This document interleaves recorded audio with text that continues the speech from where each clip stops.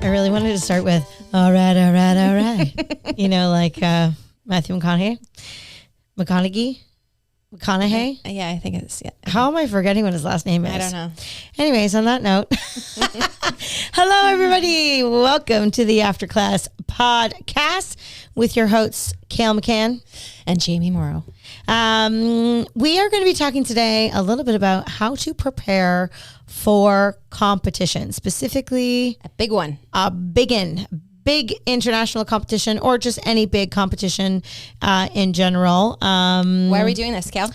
We are doing this because myself and my little Border Collie Bee-Line are leaving in 3 weeks for the World Agility Open, WAO, in the Netherlands to represent Team Canada.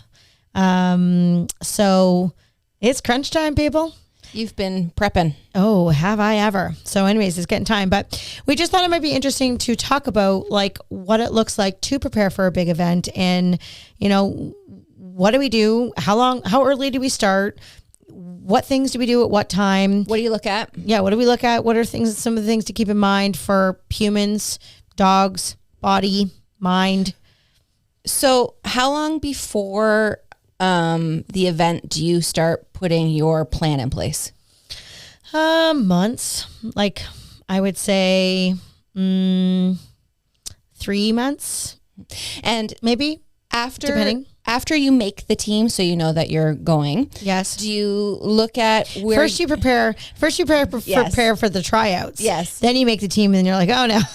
But now I really have to prepare. do you reflect after and think these are the holes in my training, or these are the things that I would like to enhance before, we go to the world stage? Yeah, definitely. There's always things that as you know, there's always things that come up at every single competition that you go to, whether it's a big one or a small one.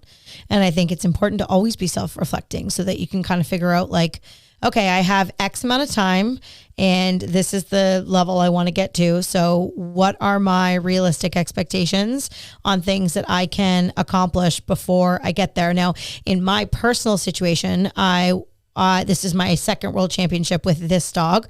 I don't even know how many world championships I've been to now, many, 30, 20, 50, 25 maybe.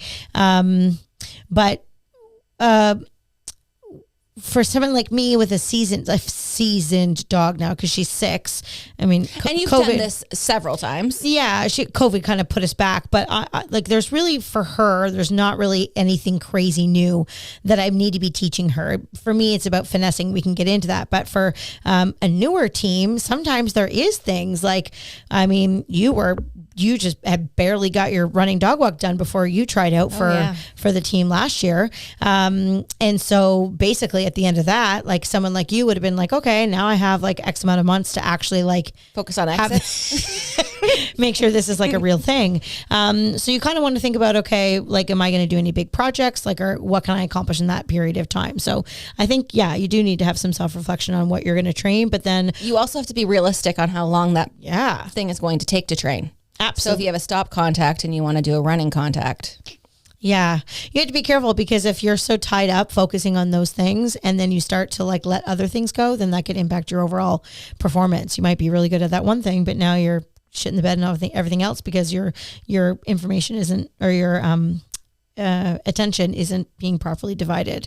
So yeah, I would say for me personally, there wasn't anything in particular. I think I'm always aware of like some of the things that like I know I need to like brush up in terms of like maybe her jumping technique, or with her, because she's a fast dog, I'm always working on like tight turns with her. So there's things that I know I need to be aware of, but I wouldn't say there was anything like major skill wise that I've been focusing on. Mm-hmm. I mean, for me, and like in our situation, we have a weird situation because we're coaches. So we have a lot of people that we train that are working towards big goals or tryouts or world competitions or whatever. We have a whole whack load of people that made Team Canada in various events this year, which is amazing. And then we're also trying to prepare our own dogs as well. So, in terms of training, we often start training for big events quite early because we have a huge group of us that are working towards things. And typically what we'll do is we'll start off with like training with the dogs, like skill-based stuff to make sure things are sharp. And at the same time, I know for me, I start doing some research on the various judges and I will pull a bunch of courses from the various judges and I'll start reading them. I don't necessarily even set them up and do them with my dog at this point. I just I have a folder on my phone, and every time I see a course from one of them that I think is interesting or unique or just whatever, anything, I put it on my phone and then I look at them and I study them. And typically by the time I get to the point where I want to start training, longer sequences or course running, I have a pretty good handle on the judges' themes. Like, for example, for WAO, one of the judges that's going to be there is Peter Pupik, I think his last name is. I think he's from Czech, and he's got really cool courses, like his very interesting course design, very flowy, really fast. But a couple of the themes that I've noticed with him is that he... the timing is there's lots of sections on the course where you are forced to figure out whether you can get there on time to do a blind or whether you're forced to do a rear.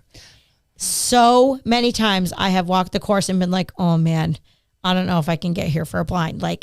And so I'm glad I've set them up now, because most times now I've gotten there for the blind. And so now I need to remember that when I go to WAO and I start doubting myself, I need to be like, okay, you've set up this. Yeah, you've set this up. Go for the blind or don't go for the blind or whatever I decide.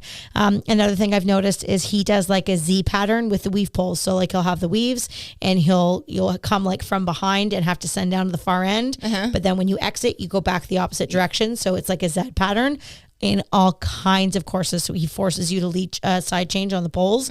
So then you got to decide, are you going to do it at the beginning of the poles or are you going to do it at the end of the poles? You have opposite direction. Opposite direction. Exactly. Anyway, so you just start to notice themes, and if it's things that you've seen many times before, great. But if it's not, then you want to be setting those things up and you want to be training them so that, when you see a course map at the big event, you look at it and your brain goes to, okay, this is cool. I've seen this before. I'm ready for this. My dog can do that. I've practiced that before. And you go in with more confidence. I think studying the judges' courses are really important. And do you think it's important to be running full courses? Yeah. And how close to the event, and when do you stop running full courses? Yeah, well, I've been running full courses now. That's basically my main focus. I've been doing it for, 3 weeks, I would say. I'm going to do it a little bit more this week. And I have 3 weeks till the event. So this is my last week of course running. And then the final 2 weeks, so the week before, is going to be all about just maintenance stuff. Contacts, weaves, jumping, lighter training so that I'm not, going to make her hurt or anything like that. And then the last week is bubble wrap. And we can talk about bubble wrap a little bit more, but basically I sort of wind down a little bit. So the early stages is about education. It's about learning to know the flavor of the course. Yeah, I like the word flavor. That's a good one. Flavor of the course. That's good. I like that. Okay. And then skills and drills and just a mixture of things. And then we get into the course running thing. I'd actually like to dive a little bit deeper into that because I think we do some pretty cool things with course training. We don't just set courses up and run them. We also work on pressure training, because at the level that we do agility, it's not about running around a course anymore. There's so much mental stuff that goes with course running that we build in to our course running, some different mental pressures. We do a whole bunch of things. Do you have any ones that you hate that we do? And do you have any ones that we love that we do in terms of some of the exercises that we do? I don't know. I don't know if I love or hate it. Maybe it depends on how. Oh, Jesus. Oops. If you're just listening, I just ruined my footstool because I wanted to put my feet up. Anyways, so I'm going to fix it. Okay. Which ones do you hate? I don't know if I hate them, but I think that if it doesn't go well, the clear round training it can be challenging because you could be back at number one like 3 times in a row. Yes. That's exhausting. We did clear round training on our Monday night session, and it's a good one. So clear round training is basically when you run the course and you make a mistake, rather than fixing that mistake and continuing, you have to go back to number one and then start again fresh. And we are very mindful of the dog's well-being when we do this, though. So it's usually we like to do it in a situation where a bunch of us are training together. So if we think the dogs are getting tired, then we can switch off. I think that's important to say. Obviously, the dog's well-being always comes first. But why we do this is because it teaches you to have to keep your shit together for longer periods of time, because lots of people are really good at running sequences of 8, 10, sometimes even like 16. But when you get up to 20, 21, 22, 23, and you start doing longer periods of time, longer courses, even more than that. Like we've even done courses where we will run like up to 30. I feel like I would die doing that right now, but that has happened. Yeah, because you're trying to, again, keep your mind from getting distracted. You're trying to stay on the ball. And so doing it for a long period of time, it teaches you to fight a little bit too, because if you've messed up and you have to start at the beginning, you're like, oh, I do not want to go back to one. And it just forces you to just be a little bit more determined and more focused. I like clear round training, but I have a love-hate relationship with it too. Sometimes it's just annoying. The other one that we do that I don't know whether or not I like it or I don't, but we're on like Magic Mondays, how we pick from a pile of maps. We don't know whether or not it's going to be a standard or jumpers, and then just giving us a short amount of time to walk it. It's a bit of pressure because you don't really get to dissect the map itself prior to walking it. You just kind of have to go with it. That's a really good one, because at a lot of the world events that you go to, you don't get course maps. You don't get to study them and get your highlighters out and do like your whole bit that maybe you would be doing at a local trial. You basically have to watch the people set the course up. You watch the judge number, you watch the judge wheel, and then you're out there. You're walking, and it's stressful. The one thing that I think that always makes me feel good is when we break down the courses. So like we'll do like 1 to 7, we'll train through it, and then maybe, go from 7 to 20 or whatever it may be. And then put it all together. Yeah. Usually it goes pretty good that way. Yeah. And so we would do something like that, like earlier on in our preparation for a big event. And we do that intentionally to build confidence in ourselves. Yeah. And it's also good to make yourself recognize, okay, I'm looking at this course. What sections do I think that will be a challenge for us? And maybe I'm going to go out and I'm going to train those sections first. And I'm going to just make sure that we're comfortable with those areas. And then I'm going to try and put the whole thing together and see if I can get it on the first shot. And typically it goes better when you do it that way. And that leaves you and your dog feeling really good about your teamwork. So you don't always have to run courses in a way that you're like testing your abilities. Sometimes you're doing it in a way to enhance yourself and make yourself feel a little bit better. Confidence building. Sorry, go ahead. I was just going to say, the other thing that we'll sometimes do, and we haven't done this in a while, but we'll also do pressure training, like running the course without walking at first, or I'll have the students walk the course, and then when they're about to go, I'm like, okay, I want you to handle 3 through 7 this way instead of what you walked. Yes. And that really puts people off, because sometimes you'll walk a course and you're like, oops, the handling that I picked does not look like it's working well out there. I'm going to have to do something different, and I didn't get a chance to walk it. So can you go out there and can you execute without having physically practiced it, because you've just now mentally done it? So that's always a good one to do as well. Yeah. We've also done it where we've knocked bars on people on purpose. Yeah, like done something to distract them so that they keep pushing through. Yep. Yep. I mean, last week we did trash bag week. Oh, yeah. And so this is a fun exercise I love this exercise too, where we wear a trash bag like a dress, like we cut a hole in the top and like basically put it over our body, so just the dog can see your legs and the dog can see your head only, and you try and run the course without your arms. And what I really it actually really, because we just did it last week on courses, and I actually left the week feeling really good about myself, which was great because it reminded me about some of the things that are really important for me, and that is my speed, when I slow down, when I speed up, also my running line, and then how early I need to reconnect on things. Because I couldn't, because I'm very armsy when I run. I get in her face and I use my arms quite a bit. And when I couldn't do that, it made me I was more consciously thinking about some of those other cues that I think happen naturally for me, but I need to remember that they need to be heavier weighted in importance in terms of how I'm cueing her, and the garbage bag highlights those things. So that was really, really good. And I actually have a few people this week running courses without the garbage bag say, I was just channeling my inner garbage bag because, really? And they ran awesome this week because it just highlights like connection and things like that. So that's a cool exercise to do. I urge everybody to try that if you've never done it before. Also the virtual handling. Oh yes. Talk about that. That's awesome. Oh, I don't, well, basically what it is you run the course as if you would have your dog, but you're running it by yourself initially.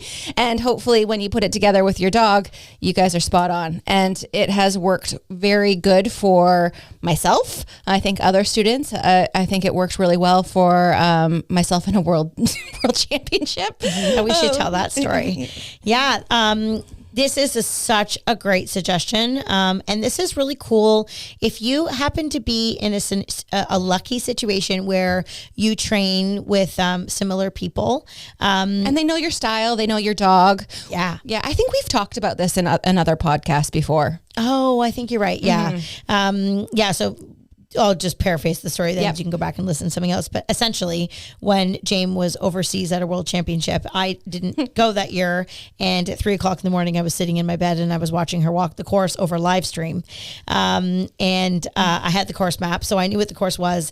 And I was watching her go. And there was a few parts where I thought that, she could have done things differently, or she was making a great choice for her dog. And I was texting her while she was in the course walk and being like, you should do a reverse spin there, or you were late there, or like, do your first handling choice. That one looked really good. And anyways, people were laughing because Jane was out on the course looking at her phone, and they were wondering what on earth that she was doing. But it was really because I was coaching her from afar. But that's because watching her, I could really tell, her movements and how things were going. And we do that for each other all of the time. We just did that at tryouts. We lucked out and Jamie and I weren't running the same courses, or I guess you weren't there, but whatever, people were there. And they would watch and be like, yeah, that handling choice looked good. That one wasn't as comfortable. So that's a really handy skill to be able to do. Also, too, it helps you when you're off the course, so that if you're, one thing that I find can be challenging at World Championships is there are so many people and they don't split the walk into smaller groups like they do here at our competition. So you're walking a course and there's 100 people out there. I remember walking the same line. And they're pushy and they're just bolting you out of the way.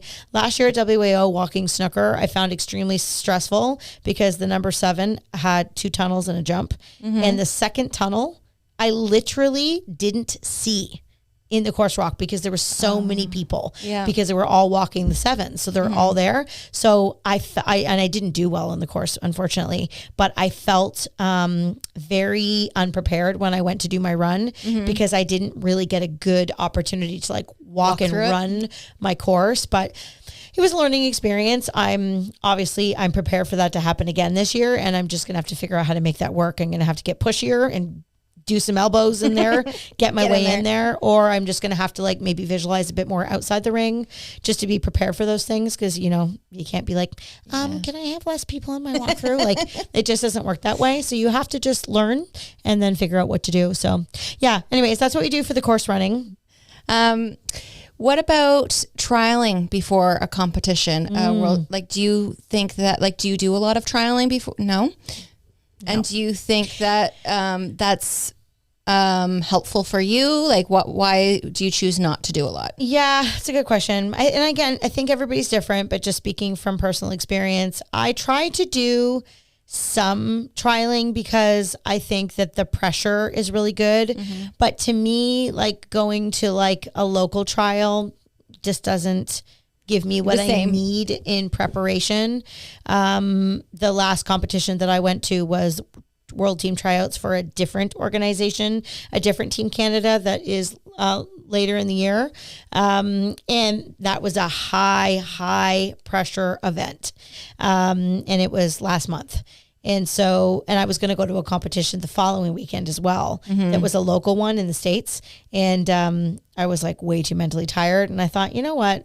I got what I needed from that last event. It was a tryout. It was a lot of pressure. I had to work on my mental game. I had to work on recovery because I had a couple bad runs and I had to pull my head out of my ass and I had to build myself back up again. The courses were hard and it was as close to what I'm going to do over at Worlds as I can get. And so I just decided that was enough for me. And from then until now, it's just about, building connection and teamwork with my dog and getting myself into a place where I feel like I'm going to be ready. So you're ready. Yeah. And I am ready. And I think it depends on the dog. Like, some dogs can get really bad habits by doing a lot of trials. And right now I'm not interested in bad habits. I want her to go when she is at top performance. And, she's the most crisp and the most whatever. This kind of leads into my next question to you. What about her physical health? Like to keep her sound and physically fit to be trialing or going to Worlds? Yeah, this could be one of the most important aspects because, if you don't have a fit and healthy dog, then, you don't really have anything. For me, I am training a lot, training several times a week, probably 3 to 4 times a week right now. One is a class that's an hour long that Jamie teaches that I love. It's my favorite hour of the week. And so that's obviously longer and a little bit more vigorous, but all the other training is short. Not a lot. I'm very careful about the length. But then in addition to that, I'm also making sure she's like walking. And I do a lot of free running. I know you do too. We do a lot of free running with our dogs, which basically means like we will walk we'll hike them, or like we are very lucky and our business and agility facility is on 22 acres of lands, flat, open fields. And so our dogs can choose to run. Choose to walk. Or choose to walk. Exactly. So the free running is really great. It's a good complement of exercise because they're sprinting, but then they're also walking and they're turning and they're doing all of the normal things kind of at their own. With minimal trees. And that's very important. So I would say do a lot of that. But then in addition, she's also getting regular massage and then chiro also if she needs it. And I will obviously be doing one less treatment of all of those things just before I go to make sure that she's good. And how, like, when do you do that? Like a week before or a couple weeks before? I usually do it the week before. Yeah, me too. And then depending on the dog, like my chiro is traveling with her team because she's also on Team Canada, which is super convenient for me. So she'll probably give her a quick check when we get off the plane to make sure everything is where it's supposed to be. Yep. And then what's really nice about traveling with world teams is we travel with an entire health care team for people and dogs. Nice. So when they get there, honestly, sometimes when I get back from Worlds, even though it's such a crazy event, my dog's in better shape, like muscle shape. Yeah. Than when she showed up because they're just getting such regular treatments and monitoring and just people constantly have their hands on the dogs making sure that they're great. Me too. Can't wait. Carrie's gonna probably put me through the ringer when I get there. She does dry needling and I want to punch everybody in the face, but it does make a big difference. I don't know. I haven't had that done. I don't know if I can do it. It's not enjoyable. Yeah. I recommend because it helps, but I don't recommend because it hurts like hell.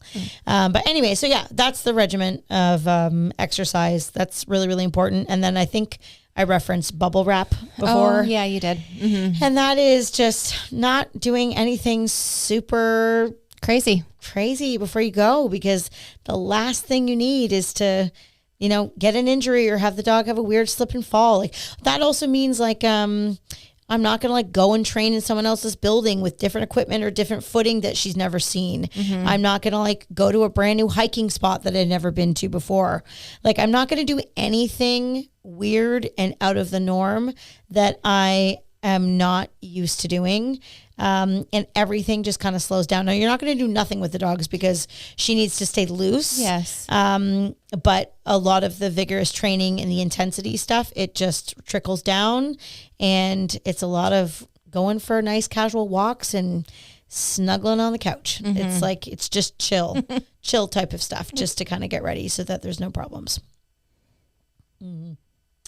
But yeah, I think, just the last thing to talk about probably would be like the mental thing, because that's a big thing. It's a huge thing.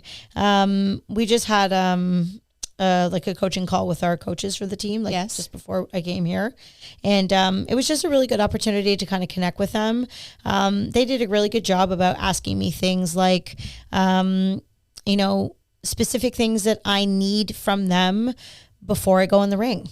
Like, what does my ring prep look like? And, what can they do or not do to help me? Mm-hmm. Or like if things go bad, mm-hmm. What do I prefer? Yes. Do they? That's so smart. Oh, so smart. Like, do you want us to come and pick you up, or do you want us to give you space? Or, like everybody's a bit different. Obviously when people get stressed, sometimes they say things or whatever, because they're trying to help out, but sometimes it isn't always helpful. Sometimes it is. Yeah. I mean, this is the biggest event of the entire year. You're working all year round to prepare for these things, and it's a highly stressful thing, and you want to do well. So you end up having a lot of pressure.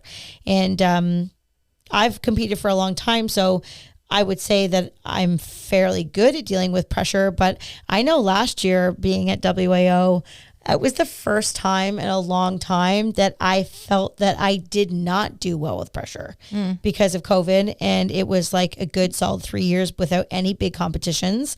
And I was mentally rusty, which was, it was hard because it's sort of my forte. And then I was like really struggling. And then once you struggle, it's hard to rally sometimes. And it was annoying to struggle with something that you're normally good at, because that adds an additional element of irritation and disappointment to yourself. So that can be a challenge. I feel better prepared now also because I went to US Open, and that was like pretty mentally grueling, but also so fun. So I feel better this time going.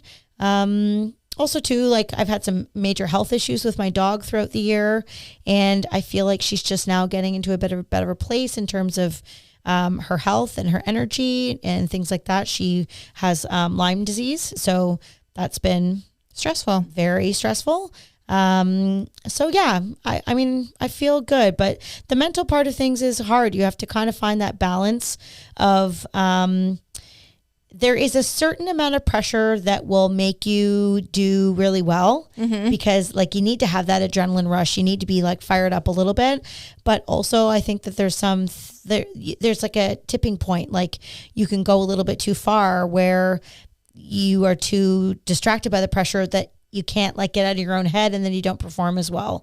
And can you instantly tell when you're going to have a good run? Instantly. Me too. I can instantly tell when I'm going to have a bad run. Me too. And I haven't quite mastered the art of like turning things around for myself. Sometimes I can, and sometimes I can't. This happened at tryouts. I remember like I was just so nervous for one of the runs, and the course was like, matched my dog too well. And that's what, this is so stupid, but that's what put pressure on me, because I looked at the course and I was like, this course is perfect for us. Like we're going to do great. Like this is going to be awesome. But I was like, you put pressure on yourself. Yes. About it, of course. I was like, okay, like this is, then I have to do well. Now I have to do well because this is this is our course. Exactly. And then it just put so much pressure on myself. I just wanted it too bad. And it wasn't even like I was too confident. It was like literally it worked in reverse.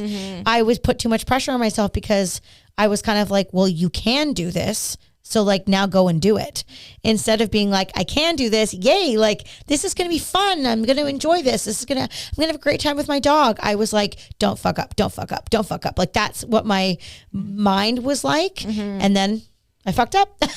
I had 4 obstacles left and I literally didn't send her to a tunnel. Like could have done it with my eyes closed, but I mentally I wasn't firing quickly enough because I was too stuck in my head about doing it properly. Yeah. And I felt it walking my dog to the start line. I felt it leading out away from her. My heart was racing. I checked my heart rate on my watch like before I went in the ring, and just standing there, literally hadn't run yet. My heart rate was like 110. Like, cause I was so nervous. Yeah. Nervous energy. Yeah. So, and then in the last run, I had to go clean because I had screwed up the run before, and it was a super hard course. And, I had a completely different mindset. I was less worried about the results and more focused on, okay, just get through the course. Just do the things that you need to do. Just trust the dog and just get through the course. And my mind was in a different place. Shifted. And I just got through the course.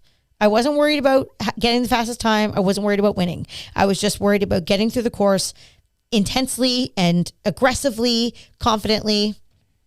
She was amazing. So, but it's like, it's hard to get your mind into that perfect state every single time. And you're also never going to do it perfect all the time. No. It just is what it is. Do you find that this competition that you're going to is a bit more challenging because of how long it is? Oh yeah. Yeah. It's a marathon. Do you know how many runs that you're running? Well, I know minimum runs. I am doing all events. So I will have like 4, maybe 5 runs for pentathlon, 2 runs for biathlon, and 2 runs for games. So whatever that adds up to, I wasn't really paying attention. But then also we have team. But I did say to the management this, like just before, that I would be happy to run team because you want to represent your country as much as possible. Yes. But I said I also at the same time need to be mindful of B, and that, I'm not running her too much because I need to make sure she's healthy and she's staying sound and stuff. And obviously they were absolutely fabulous about that. So, so I think it's over a longer period of time. So I think the most runs I would have to run in a day would be 3, where last time I think it was 4 or 5. So 3 I can manage. Yeah. But 3. They're long days though. When you're on like day 4, after 3 runs a day, like it's a lot. Yeah. It's a lot. But it is what it is. And I'm going to have ups and I'm going to have downs, and that's just the way it goes. But, That's agility. That's agility. And you need to have like your support system in place. My support system is sitting across the couch from me right now. And as I am for you, it's really helpful to have a few key players that you can. I love it when you're at the event with me, obviously, but I feel like I get my needs met the same way when you're not at the event. Yeah. Like support wise, I mean, yeah. Obviously it's great when you're there like physically that you can go through the motions of things, but like in a dime, if I needed you or if I had a moment or I was doubting myself, I know that you would be there to talk me through it. Yeah, even if it was 3:00 in the morning with the time change. Yeah, absolutely. Yeah, and I think it's important when you're going to a big event that you do have some type of support system. And maybe it's even somebody that knows nothing about agility.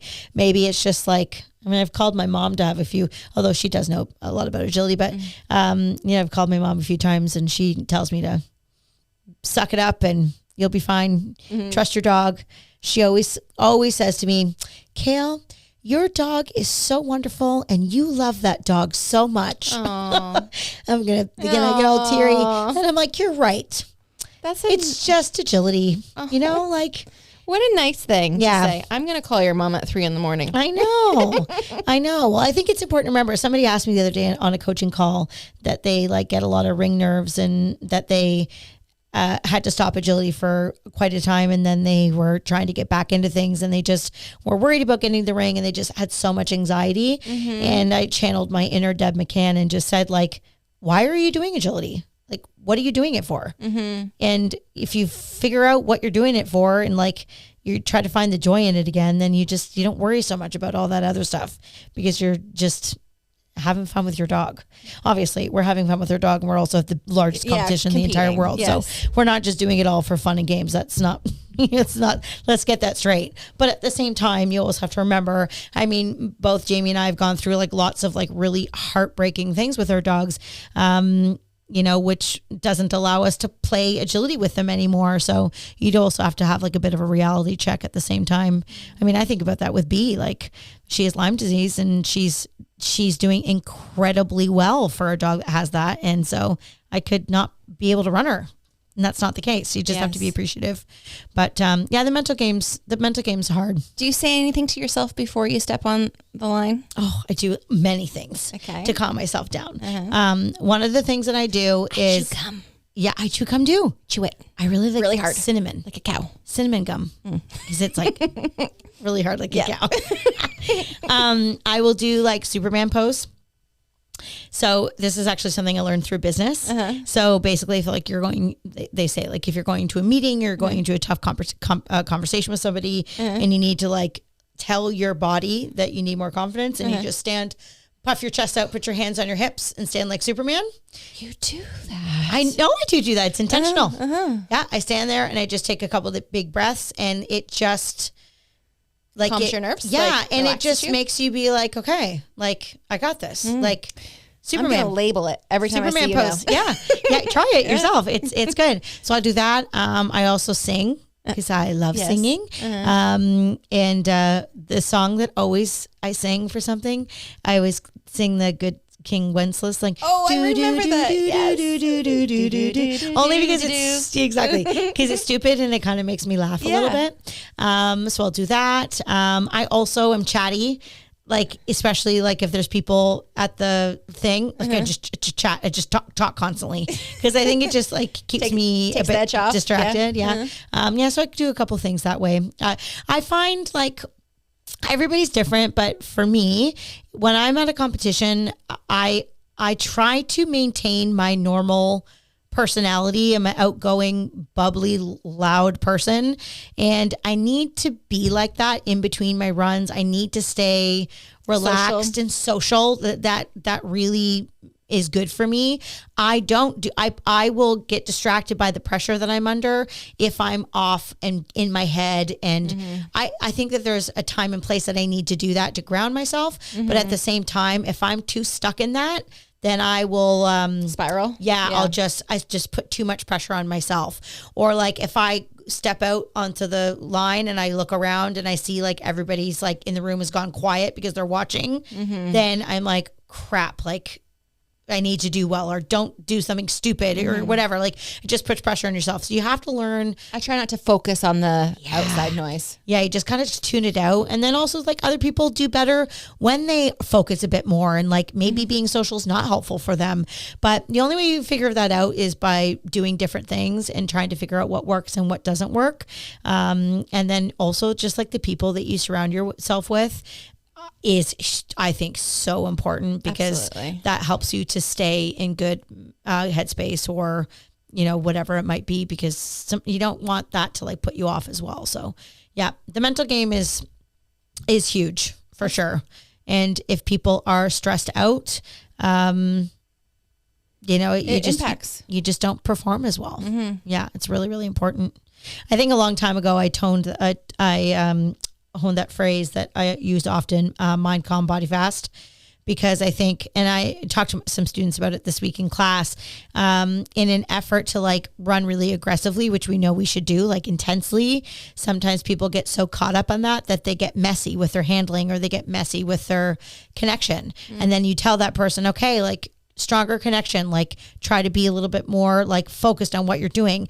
And then when you say that and they run, then they're like babysitting, like they managey and like they're a bit slower. And it's like, you got to find that balance, keep your mind calm. Like you got to make sure you're paying attention, but still run freaking fast, like go as fast as you can, but don't let your mind go fast. Like you gotta, it's like being in the Matrix. You have to like really pay attention and be on what you do, but then also make sure you're going quickly. Yes. And I think that's where I've learned over time to be able to react in the moment. And like, I'm the queen of saving shit, man. Wait. Yeah. Lie down. Yeah. Oh yeah. Wait. I will not go down without a fight. But I think that comes from the calm mind thing. Like, cause I think I just being aware. Yeah. And I don't really think about things. I just I don't think I react. And sometimes when I leave the course, they're like, oh my God, what did you out there? I'm like, I have no freaking idea. I have no idea what just happened. Those 35 seconds are a complete blur. But I think you get into that mind frame, and those are always my best runs. I don't think, I just do. And sometimes the more you think about doing that, the harder it is to do it.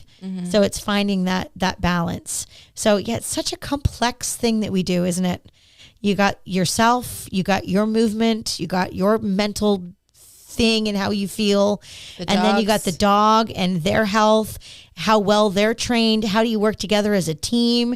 Then you got the travel that you deal with. Then you got all your team members. Then you got your hotel. And then you got the place you go to has bees and dirt and dust and no air conditioning and different water and food. Like it is not glorious at times, but so much fun.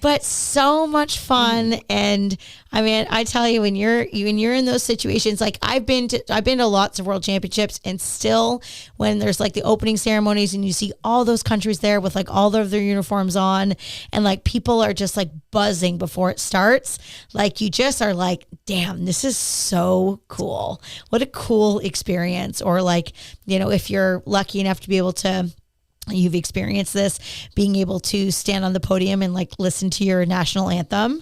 Like it is just such a cool experience that, like, for all of the crap that you have to go through and all the hard work that you have to go through to like get to that point, it like definitely makes it all worth it. Well, fingers crossed for you. I know. We'll see. You'll have to pay attention to, McCann Dogs Agility socials to follow along if I'm on the ball enough. Last year I was good about posting, but if I'm not posting, it either means things are going really well or really poorly. And it means that I need every single brain cell in my mind to be able to like focus on what we're doing. But I will definitely try to post things. It is very exciting. And we got to do eventually. I do. After I'll do like a big sobby, like big post, I'm sure, thanking, you know, everybody, because it does take a village. But I think we should definitely mention that, you know, there's basically in agility, there's a bunch of different organizations that we compete in, and each organization has a world championship that they go to. So there's 4 different world championships, and I don't know the exact number, but this year I think that we have hit a record for McCann students that have made different team candidates. Wow. And I think that that's pretty awesome. Yeah. I think that we've created we've like really created a place where people can come and have big aspirations and be challenged. And, you know, we balance out pushing them and really, you know, making sure that they're being nitpicky about things. And if this is what you want, you have to work hard at it. Yeah, you got to put the work in.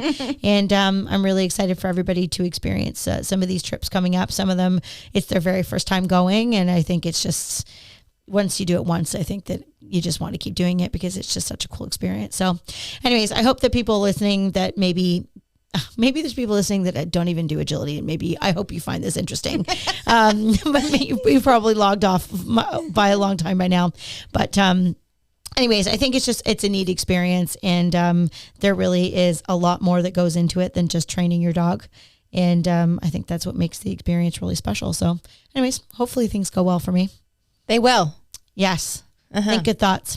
Anyways, the last thing that I want to mention is, you know, we've talked a lot about training and preparation and all that stuff. So if you are an agility handler and you're interested in training at a more international level, or you're interested in watching what we do to prepare for these events, we all of the training, all of the lesson plans and preparation stuff that we do is all in our agility sports program. We have an in-person program, but also have an online program, and I host it through Patreon. So it's www.patreon.com/McCannDogs, and you can follow along and check it all out. And we do some pretty cool stuff. We do all the course training that Jamie and I talked about, skills, all kinds of cool things.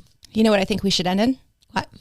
The Canadian cheer. Oh, we made up a new one last year. Oh, I don't know it then. So you gotta.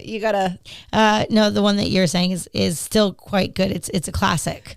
So we say, who can? Canada can. Hey, hey, hey. And then we all scream A at the same time. The new one is, you start low and you go, oh, and then you scream, Canada. Hey, hey, hey. And then you just go wild when the person comes to the line. I love the cheering. It's so much fun. My dog likes the cheering too. Yeah, it makes him excited. All right, guys. Thanks for listening, and stay tuned for future episodes. And as always, happy training. Thanks for listening to our McCann Dogs Agility podcast. If you'd like to learn more about us, check out the links in the show notes below. On that note, happy training.